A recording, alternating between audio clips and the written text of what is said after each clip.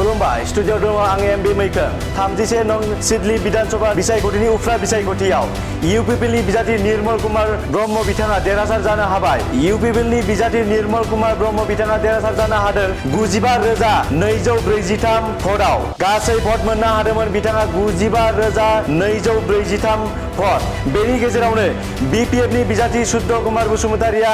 भट मोननो हादोंमोन गासै 58,227 भट। 58,227 भट मोननो हादोंमोन बिपिएफनि बिजाथि शुद्ध कुमार बसुमतारिया। बेनि गेजेराव खोब डिफारेन्सआव देरहासार जानो हादों शुद्ध कुमार बसुमतारिनिख्रुइ निर्मल कुमार ब्रह्म बिथाङा बांसिन भट मोननो हादों 37,016 भटआव बिथाङा देरहासार जानो हादों। 37,016 भटआव बिथाङा देरहासार जानो हादों। बे समाव निर्मल कुमार ब्रह्म बिथां देरहासारनायखौ लानानै सिडली बियाबाव गोबां रंजानायखौ जों नुनो मोन्दों। सिडली बियाबाव जों गोबां रंजानायखौ नुनो मोन्दों। बे सिडली बियाबाव इउपिपिएलनि दैदेनगिरि बिथांमोना रंजानायखौ जों नुनो मोन्दों आरो बिजेपिनि बिजाथि बिथांमोनखौबो जों रंजानायखौ नुनो मोन्दों आरो लोगोसेनो इउपिपिएल आरो बिजेपिखौ हेफाजाब होग्रा सापर्टार भटार्स बिथांमोनखौबो सिडली बियाबनि रायजो राजा बिथांमोनखौबो जोङो देरहासार जानायखौ जों नुनो मोनगासिनो दङ। बिपिएफनि बिजाथि शुद्ध कुमार बसुमतारिया 37,016 भटआव जेननो गोनां जादों सिडली विधानसभा उफ्रा बिसायख'थियाव। 37,016 भटनि गेजेराव जेननो गोनां जादों शुद्ध कुमार बसुमतारिया। बे समाव निर्मल कुमार ब्रह्म बिथांनि देरहानायखौ लानानै सिडली विधानसभा बियाबाव गोबां रंजानायखौ जों नुनो मोनगासिनो दङ। बे समाव रंजानायाव बाहागो लादों इउपिपिएलनि बिजाथिजों लोगोसे इउपिपिएलनि दैदेनगिरि आरो लोगोसेनो बिजेपिनि दैदेनगिरि आरो सिडली बियाबनि गासै रायजो राजा बिथांमोनखौ जों रंजानायखौ जों नुनो मोनगासिनो दङ आरो इउपिपिएलनि दैदेनगिरिफोरा रंजानायजों एबा निर्मल कुमार ब्रह्म बिथांनि देरहासारनायनि रंजानायजों जोंनि मिडियानि रादाब बिजोंनि गेजेरजों गोबां खोथाखौ जों फोरमायनायखौ जों नुनो मोन्दों। बिथांमोननि गेजेराव गोबां जों रंजा खुसि जों नुनो मोनगासिनो दङ। निर्मल कुमार ब्रह्म बिथाङा गोबां नाजानायनि गेजेरजों आरो निर्मल कुमार ब्रह्म बिथांखौ इउपिपिएल दोलोजों लोगोसे एनडिएनि जिखिनि दैदेनगिरिफोर बिथांमोना गोबां रायजो राजाफोरनि गेजेराव खामानि मावनायनि गेजेरजों निर्मल कुमार ब्रह्म बिथाङा देरहासार जानायखौ जों नुनो मोन्दों। निर्मल कुमार ब्रह्म बिथाङा 95,243 भट लानानै देरहासार जानो हादोंमोन आरो बिथाङा बिपिएफनि बिजाथि शुद्ध कुमार बसुमतारिनिख्रुइ 37,016 भट बांसिनै लानानै देरहासार जानो हादों बिथां निर्मल कुमार ब्रह्म बिथाङा। सिडली बियाबाव दिनैनिफ्राय जासिगोन एमएलए महरै निर्मल कुमार ब्रह्म बिथाङा। सिडली बियाबाव निर्मल कुमार ब्रह्म बिथाङा एमएलए महरै खामानि मावनो मोनसिगोन। इउपिपिएलनि बिजाथि निर्मल कुमार ब्रह्म बिथाङा खौरां बिजोंनि गेजेरजों फोरमायथिदोंमोन दि निर्मल कुमार ब्रह्म बिथाङा सिडली बियाबाव जाखिनि जेंना जेंसि दङ बेखौ रायजो राजाफोरजों सावरायनानै सिडली बियाबनि जेंनाफोरखौ सुस्रांजोबगोन होननानै फोरमायथिदोंमोन इउपिपिएलनि बिजाथि निर्मल कुमार ब्रह्म बिथाङा। जोङो निर्मल कुमार ब्रह्म बिथांनि देरहासारखौ लानानै इउपिपिएलनि दैदेनगिरि आरो बिजेपिनि दैदेनगिरिफोरा मा फोरमायथिदों जों बेखौ नोंथांमोननि गेजेराव फोरमायथिगोन। राजाफोरखौ साबायखर बावो। सिडली ओनसोलनि जोंनि बर' रायजो राजा जिखिनि आफादफोर धोरोम आफादफोर बयखौबो आङो साबायखर बावदों। जोंनि माहारि आफाद बयखौबो आं साबायखर बावदों। लोगोसे सिडली समष्टिनि सिङाव थानाय जोंनि सानसुमै मेलेमजिबि माहारिखौ मोजां मोनग्रा साफ्रोमबो बर' फिसाफोरनिसिम आइ आफा रायजो राजानिसिम आं साबायखर बावदों। बेजों लोगोसे सिडली समष्टिनि सिङाव गुबुन हारिफोर जेरै कच राजबंशी, बाङालि, गुरखा, माइनरिटि, सूत्रधर, विभिन्न जनगोष्ठी बयबो सान्थालि, आदिबासि बयबो जोंखौ मदद होदों। आं बिथांमोननोबो साबायखर बावदों आरो सिडली समष्टियाव बिसेसकै जोंनि इउपिपिएल हान्जानि दैदेनगिरिफ्रा रायजो राजाफोरजों सिथाबनानै रायजो राजाफोरनि दुखुनि समाव रायजो राजाफोरनि गोनांथार समफ्राव गसंफाबोदों। बिनि थाखायनो दिनै सिडली ओनसोलनि रायजो राजाफ्रा इउपिपिएलनि बिजाथिखौ देरहाहोदों। आङो मिजिंथिदों फैबाय थानाय समावबो बे ओनसोलनि जौगानायनि थाखाय बे ओनसोलनि गोबां जेंनाफोरखौ सुस्रांनांगौनि थाखाय सिडलील' नङा गासैबो बिटिआर ओनसोलनि रायजो राजाफ्रानो इउपिपिएलजों गसंफागोन आङो बेखौ मिजिंथिदों आरो सिडलीयाव हिउज मार्जिनाव देरहाहोनायनि थाखाय सिडली ओनसोलनि रायजो राजा आरो आं साबायखर बावो आरो जोंनि गासैबो दैदेनगिरिफोरनोबो एजिपि बिजेपि इउपिपिएलनि दैदेनगिरिफोरनोबो आङो गोसो गोरबोनिफ्राय साबायखरखौ बावो। बारायाव MLA बिसायख'थियाव गोबां भट मोनदों सार मा जानो हागौ सानो बिनि गुबै जाहोना बेनो जे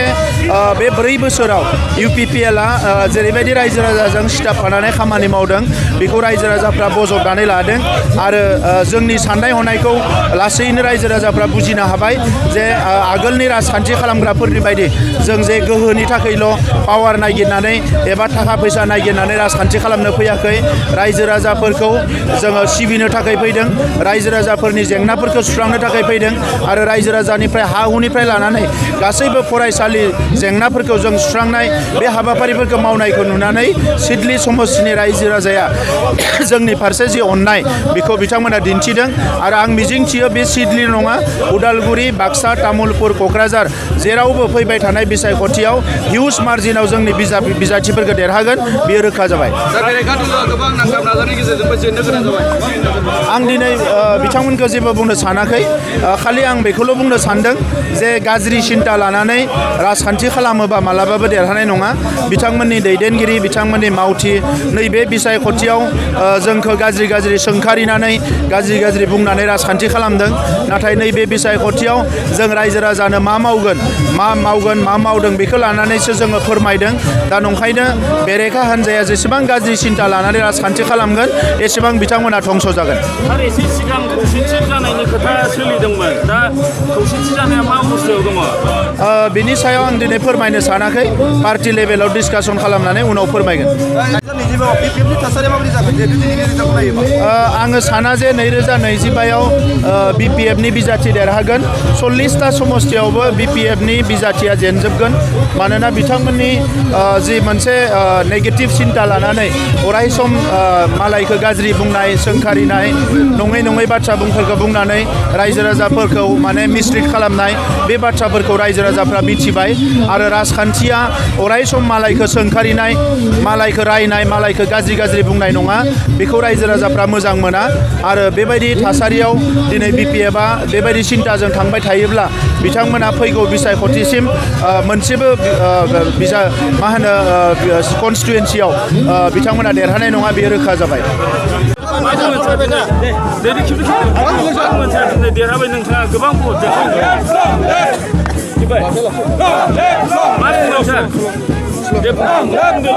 टटेल 37,016 मार्जिनाव देरहानो हादों रायजोफ्रा देरहाहोदों गतिके रायजोफोरखौ बे आं देरहानाय नङा बे आं देरहानाय नङा बेवहाय मित्र जथनि लिडारफ्रानो देरहाजोबदों गासिबो आसामनि chief minister doctor Himanta Biswa Sharma लोगोसे जोंनि UPP दलनि आफादगिरि प्रमद बर' सार बिथांमोनानो देरहादों आरो AGPनि प्रेसिडेन्ट गौतम बर' सार बिथांमोनानो देरहादों गतिके बेवहाय आंल' देरहानाय नङा बेवहाय मित्र जथानो देरहादों होननानै आं ओनसोलनि मा खामानि बेखौ पर्यायक्रमे गासिबो प्रसेसफ्रा जोबनायनि उनाव पर्यायक्रमे मा मावनाय जागोन बेखौ लकेलि रायज्लायनानै थि खालामनाय जागोन दे नोंथाङा दिनै बिजाथिफोरखौ देरहासार खालामनो हाबाय मा फोरमायनांगोन दिनैनि जि रिजाल्ट बाइ इलेक्सननि बेवहाय NDAनि बिजाथि जेनेबा UPPLनि बिजाथि निर्मल कुमार ब्रह्म बिथाङा देरहानो हाबाय बे देरहानायनि थाखाय आरो देरहाहोनायनि थाखाय आं गिबियावनो सिडलीनि गासैबो हारि माहारि रायजो राजाफोरखौ साबायखर बावो आसामनि गिबि मन्त्रि हिमन्त बिश्व शर्मा बिथांखौ साबायखर बावो BTRनि मानगोनां CM प्रमद बर' बिथांनिसिम साबायखर बावदों आरो जोंनि UPPL BJP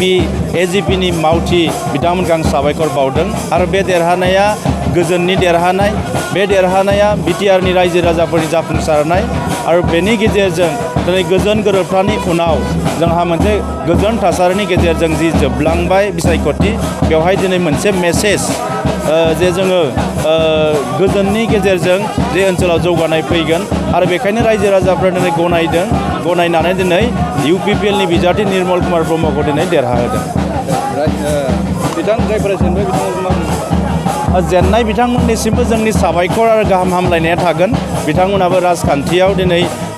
खायसेया गोदान खायसेया गोजाम बयबो बाहागो लादों डेम'क्रेसियाव बयबो गावनि राइट्सनि थाखाय खामानि मावनो हायो दा आं बिथांमोननिसिमबो साबायखर बावबाय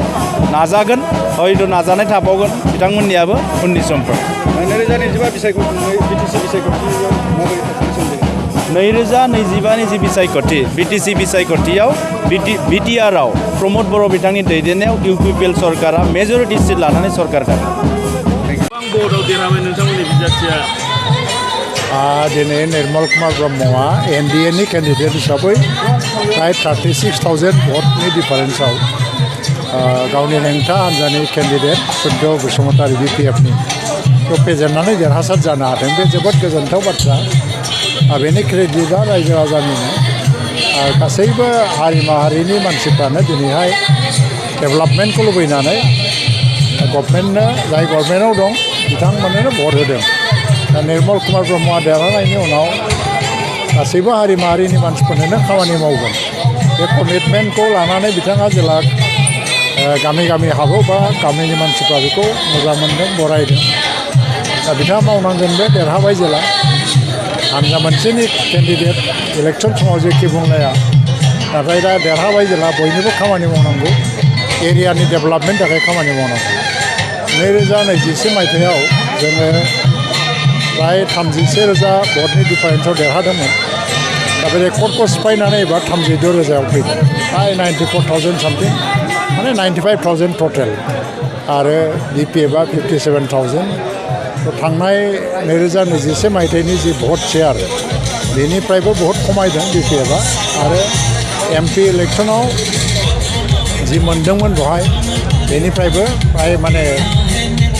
एमपिआवथ' जोंथ' मार्जिना खम जादोंमोन इउपिपिएलआ नाथाय एबार जोङो गासैबो मार्जिनखौ सिफायजोबनानै रेकर्डखौ सिफायजोबनानै मोनसे हिउज मार्जिनाव देरहासार जानो हादों बियो मोनसे देखायो जे डक्टर हिमन्त बिश्व शर्मानि दैदेननायाव आसामाव जे डेभेलपमेन्टनि मोनसे बार बारदों बियो रायजो राजाफोरनि गोसोआव हाबनो हादों आरो प्रमद बर'नि दैदेननायाव बिटिसिआव जेरैबायदि मोनसे गोजोन थासारि फैदों जौगानाय फैदों बेखौ रायजो राजाफ्रा बरायदों गोसोआव दा निर्मल कुमार ब्रह्मआ देरहालांनानै प्रमद बर'खौ मदद होगोन डक्टर हिमन्त बिश्व शर्माजों लोगो नांनानै सिडलिनि जौगानायनि खामानि मावगोन अरुणोदयनिफ्राय लानानै CM ट्रिपुल A आरो मुख्यमन्त्रि महिला उद्यमिता आसनि गासैबो जे इन्डिभिजुवेल बेनिफिटखौ लानानै जे स्किमफोर डक्टर हिमन्त बिश्व शर्माया लन्च खालामदों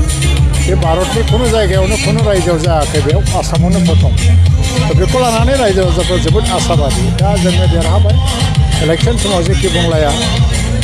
देरहानायनि उनावहाय बे ओनसोलनि डेभेलपमेन्टनि बयनिबो बेनिफिटनि थाखाय जों खामानि मावनांगौ आं बेखौनो खावलायो आरो दिनैनि देरहानाया रायजो राजानि देरहानाय एनडिएनि देरहानाय आसामाव मोनबाबो सिटआव देरहानो थांगासिनो दङ फैगौ 2026 सनावबो एनडिएनि दैदेननायावनो गभर्नमेन्ट जागोन आरो देरहासार जानो हागोन गासै भारतआवनो नरेन्द्र मदिनि दैदेननायाव जे एनडिएनि हावा बेखौ रावबो होबथानो हायाखै दा आसामावबो रावबो होबथानो हानाय नङा नोंथांमोना गोबां भट लानानै देरहाबाय 2025 मायथाइ बिटिसि बिसायख'थिनि माबा मोनसे सिगनेल जानो हागौ नामा गासै बिटिसिआव मा जायो आं मिथिया खिन्थु चिराङाव अपोजिसना हाद्रि जाबाय गैलिया अपोजिसना गैलिया आरो बियो मोनसे गोरोन्थि राजनैतिक रणकौशल खारन थांनाय एमपि इलेक्सन आरो बेनि उनावहाय जेनेबा दा बै MLA इलेक्सन बे समावबो बिथांमोननि रणकौशला गोरोन्थिमोन आरो हाग्रामाया दिनै एक्सुवेलि मा खालामनो नागिरदों बेखौ रावबो मिथिया गावनि दलनि मानसियाबो मानो होनबा दाथ' मोनसे मित्रजोटनि एलायन्सनि कालचार पलिटिक्सआव बयबो एलायन्सआव थाङो कংग्रेसआबो एलायन्सआवनो थांगासिनो दं थ' बिपिएफआ हारसिङै देरहानो नागिरनाय जि मोनसे सिमां बे मालाबाबो जाया बे सोर एलायन्सआव थांगोन दा बे कंग्रेसआवबो थाङा फार्स्टिं बे कंग्रेसजों सिं सिं आखाइबो हमलायो फार्स्टिं बियो प्रमद बर'खौ बिजेपिजों थाफानायनि दाय हमो दायनिगिरि प्रमद बर'आलायनो बिटिसिखौ बिजेपिनो फानबाय खिन्थु बे बिजेपिनिनो मुख्यमन्त्रि डक्टर हिमन्त बिश्व शर्माखौ बे मोजां होननानै बाख्नायो सर्बानन्द सन'वाला मोजां बेखौ बाख्नायो नरेन्द्र मदिया मोजां बेखौ बाख्नायो जुदि बिसोर जोबोद मोजांबा प्रमद बर'आ मोजां मानसिफोरजों थाफानाया मा गोरोन्थि जाखो दा हाग्रामाया मा लुबैदों बे बाथ्रायानो दिनै क्लियार जाया रायजोफोरनि गेजेराव ओंखायनो दिनै मोनसे डाउट जादों रायजोफ्रा आरो हाग्रामाया जे फिउचार गैला आरो बेहा मोनसे पलिटिकेल फिउचारबो गैला बेखौ पाब्लिकआबो बुजिनो हादों दा ओंखायनो आङो इलेक्सन समावबो बुंदोंमोन जे बे जुदि रनक कौशलखौ सोलायनो हायाबा फैगौ 2025नि इलेक्सनानो लास्ट इलेक्सनबो जानो हागौ दिनै आं बेखौ बुङा मानो होनबा बिथाङा हयथ' नैबे रिजाल्टनि उनावहाय रियेलाइज खालामगोन गोदान लामा लागोन आंहा बुंनांगौ जेबो गैया नाथाय चिराङाव BPFआ हाद्रि जाबाय गेजेर समाव ज' जानायनिबो मोनसे चर्चा जादोंमोन बेयो ज' जानायखौ उइदाउट कन्डिसनबा ज' जानो हायो नाथाय हाग्रामा बिथाङा मानोबा कन्डिसन लगायदों जेरै गभर्नमेन्टनिफ्राय ओंखारबोनांगौ जेखौ बिसोरो गावसोर एलायन्सआव थानाय समाव कंग्रेसआव थानाय समावबो आरो BJPजों थानाय समावबो बिथांमोना गभर्नमेन्ट गारना ओंखारबोआखैमोन बेबो प्रमदखौ गभर्नमेन्ट गारना ओंखारबोनो थिनदों फार्स्टिं सिबा सेर जागोन मागोन थिग जाखानांगौ बेबायदि कन्डिसन जायोबा इउनिफिकेसननि बाथ्राखौ रायलायनांगौआ एसे आगान सुरनो गोब्राब जायो दा ओंखायनो हानजायाव रायलायलायगोन आरो मोनसे जुदि दृष्टिभंगि बा साननाय हनायफ्रा सोलायलायनानै गोदान लामाजों आगान सुरलांनांगौ होननानै सानलायलायदोंबा UPPLआथ' रायलायनायाव जेबो खथि गैया UPPLआ जेब्लायबो रायलायनो रेडि प्रमद बर' बिथाङाबो रायलायनो अरायबो माने दरजाखौ खेंना होदों आंहाथ' बुंनांगौ गैयानो नाथाय बेयो उइदाउट कन्डिसन जायोबा सो आवगायनो हागोन नङाबा जेबो आवगायनो थाब नाजानायनि गेजेरजों नोंथांनि जि फिथाइ बेखौ नोंथांमोना मोगथां महराव मोननो हाबाय थामहिनबा नोंथांमोननि बिजाथिया देरहानो हाबाय मा फोरमायगोन गिबियावनो सिडली समस्तिनि MLA समस्तिनि जोंनि मानगोनां भटार रायजो राजाफोरखौहाय गोसो गोरबोनिफ्राय जोंनि NDAनिफ्राय जानानै स्पेशेलि जोंनि इउनाइटेड पिपल्स पार्टि लिबारेलनि जानानै गोसो गोरबोनिफ्राय बिथांमोननिसिम खुलुमनाय गोजोननाय आरो बिथांमोनखौ साबायखर बावहरदों बिथांमोना जोंनो दिनै आशीर्बाद होदों ओरैबायदि आशीर्बाद होदों जे जों जे जिनिसखौ सानदोंमोन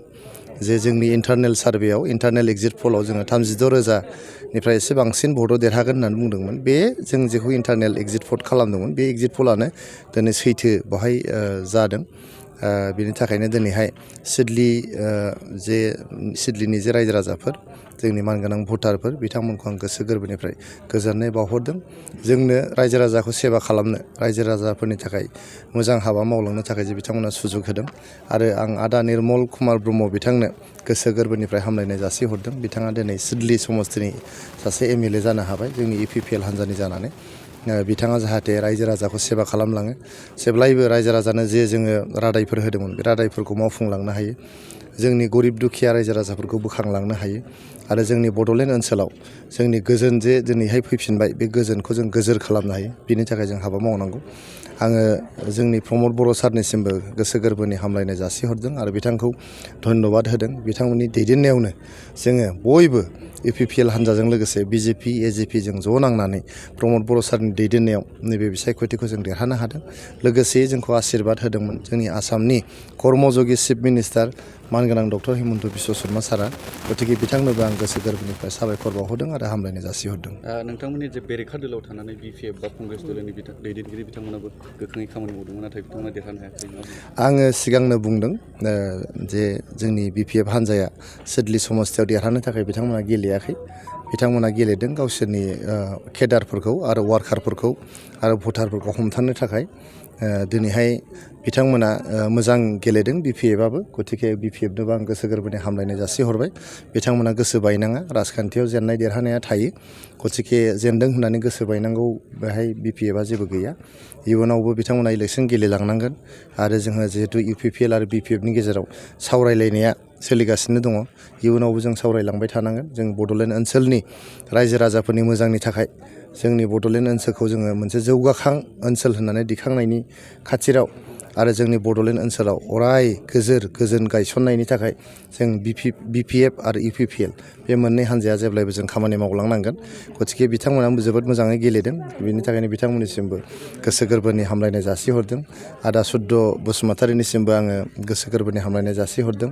जोंहा हाग्रामा महिलारि सारनोबो गोसो गोरबोनि हामलायनाय जासिहरदों बिथांमोना जे थांखिखौ लानानै इलेक्सनखौ गेलेदोंमोन जे गावसोरनि भटार आरो वार्कारखौ हमथानो थाखाय बेखौ बिसोरो हमथानो हादों होननानै आं सानो नाथाय दिनै जिहेतु जोंहा आदा निर्मल कुमार ब्रह्मआ UPPLनि बिजाथि जानानै गोबां बिबाङाव देरहानो हाबाय बियो जोंनि UPPL हान्जानि गोजोन इयुन आरो जोंनि बड'लेण्ड ओनसोलनि गोजोन इयुननि बियो मोनसे इसारा 2025 मायथाइयाव बिटिसि सेक्रेटारि जानो थांगासिनो माबायदि 2025 मायथाइनि नैबे जे जोंहा रिजाल्ट दानि जे नैबे सिडली बिजाबनि रिजाल्ट नोंथांमोना मिथियो जि मुलाया देरगोन बेखौ बिलाइ गांनैयावनो सिनायो नोंथांमोना सानदो नैबे सिडली इलेक्सना बिलाइ गांनै बिनि उनाव 2025 मुलाया बेसेबां गिदिर देरहैगोन बेखौ नोंथांमोना सानबानो जाबाय